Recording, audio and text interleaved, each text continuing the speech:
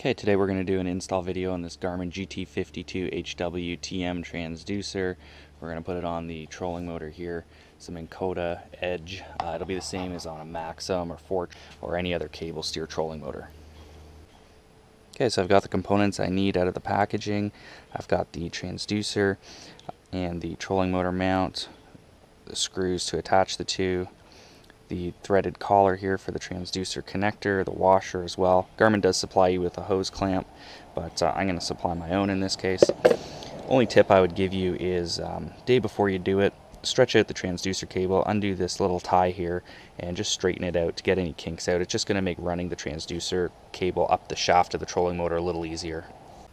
Tools required for this installation is very simple: a pair of side cutters, a couple different types of screwdrivers, and some zip ties.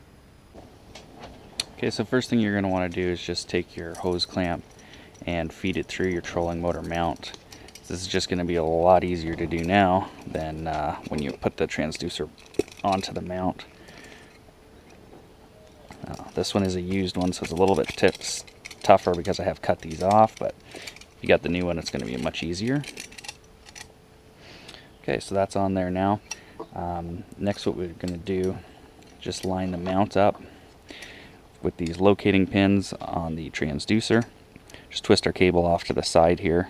Find it's easier if you kind of come in at an angle like this and then just twist it into place. Then what you're going to want to do is take one of these machine screws with the lock washer on there, drop one in each hole. I'm just going to start with two like this.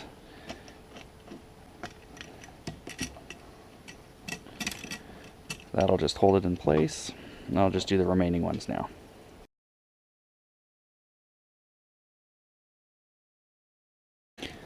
Initially, I didn't tighten them down all the way, so I'm just going to come back here and do that. Probably take about a quarter turn to half turn for each one. Okay, so the mount's assembled. We can now go to the trolling motor foot and install that. Okay, the next thing we're going to do is just undo this little cable tie holding the transducer on, just to give us some slack. Alright, then we're going to determine which way the transducer is going to sit. It's going to sit just like that. Verify with the location that our prop still spins freely. Okay, so then I'm going to go ahead and start my hose clamp. Now, a lot of times it's easier to get the hose clamp to bite at a different angle, but before you snug it down too much, and I think I've gone a little too far, just rotate it so you have your screw up at the top, kind of protected by this. If you put it out to one of the sides, you're going to just run the risk of getting a lot more weeds or debris caught on your trolling motor. Okay, again, verify your prop spins freely. And then you just want to make sure the center line of the transducer is centered with your skeg on the trolling motor here. This next thing we have to do is secure the transducer cable to the shaft of the trolling motor. What you want to do is go from the most direct point to here, from where the cable comes out to here. You don't want to do something like this, because if you zip tie it, you now have loose cable, unless you have a way to zip tie it down here. With this transducer, it may not be a bad idea even to stick a zip tie through here to hold it in place, but what I'm going to do is just run it across like that. Take a zip tie,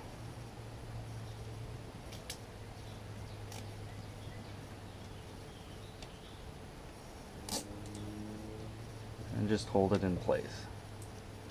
Now what I want to do is have all my tie-ends on the back side, again, just to eliminate weeds from getting caught up on the trolling motor. I'm also going to run my cable up the back side, just again for extra protection on it. Garmin supplies you with 4 of these cable ties. To do a really clean install though, you're going to definitely need to get more of those.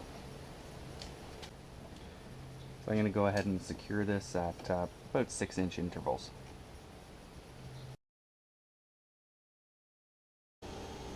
So a crucial point on this installation is right here where we are connecting the wires with zip ties from the upper shaft to the lower shaft. We just do this. When this shaft spins, it's going to put a tremendous amount of strain on these cables and possibly damage them. So what I'm going to do is just leave a little bit of slack. Often helps if you start your zip tie first.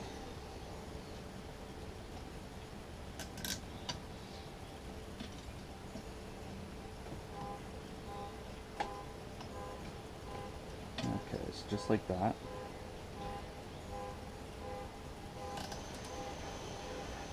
Tighten that one down. And then what I'm also going to do, because I've got two separate cables, just going to throw a couple on here to keep all of this together. I'm actually going to put two on down here, just because this is usually a strain point where you're going to get one to break. Okay, so those are on. Now I'm not going to attach zip ties here because as I can do with this trolling motor is loosen this off, and as I come into shallow water slide this up. So I'm just going to leave these loose, just neatly fish them up above this bracket and then zip tie them up here to the top of the head. Now before going further with this, it's a good idea just to slightly deploy your trolling motor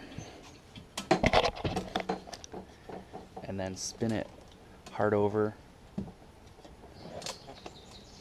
to hard over, just to ensure you have enough cable. Now I have a little bit too much tension on this, so I'm just going to let a little more cable out. Your next thing to consider is how you're going to get these cables to your sonar unit. One common way is to run it down the cable of your trolling motor. And then you can attach it to the sonar unit down here. I'm not going to do that because that's just going to promote interference. What I am going to do is just use some zip ties right here. Take my trolling motor cable, again leave some slack, zip tie them on to these points, and then I'm going to put a cable tie here to allow the transducer cables to run up underneath. Now if you don't have these holes here to put zip ties in, you can just drill, a few holes into your mount to attach those zip ties. So that'll look just like that. This isn't completely tightened down yet. Because I have two cables here, what I'm going to do is just zip tie them together just to keep it clean, pull it up nice and tight, and then tighten these guys down. One other thing you want to do is just leave a lot of extra slack here, because you can adjust the height of your trolling motor, the depth I should say, so you're going to want to have that extra slack there when it's pulled up, and then when you lower it down you'll just have a little extra slack, loose slack in the cable there. So that's what I've done. I've just gone down, attached these. So next thing I'm going to do is just attach this little guy onto my cable. What that's going to allow me to do is just have a connection point here, just like that. That'll keep everything nice and neat. Okay, so I've gone ahead and just installed that with a small screw, and all along I've just been zip tying the two cables together. So we come to the end here. I've got my transducer cables, just this extra stuff that I'm not going to need tied up.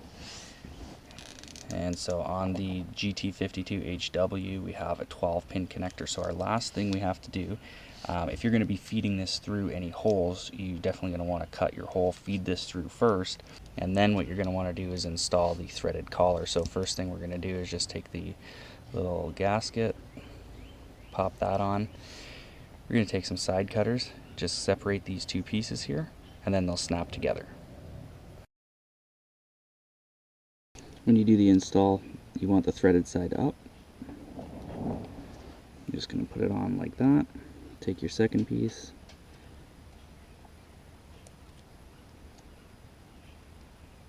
and again, make sure you put the threaded side up, and those two pieces then snap together, which will allow you to screw that onto the unit, giving you a waterproof connection. Okay, so our next step is just to determine how much slack we need in these cables. So what I'm going to go ahead and do is plug them all in, and then just zip tie them together, so I know basically how much cable I need in order to neatly tuck everything else up underneath there.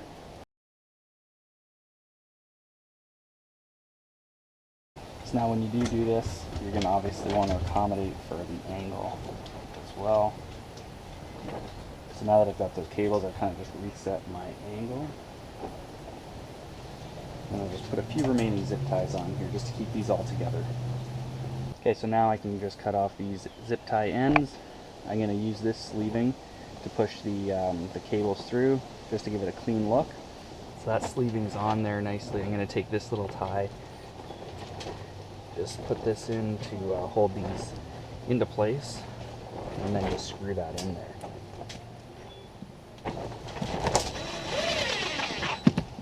So the last thing to do is just cut off all your zip tie ends, and then we'll tuck it up underneath there just to protect the cables and give it a nice clean look.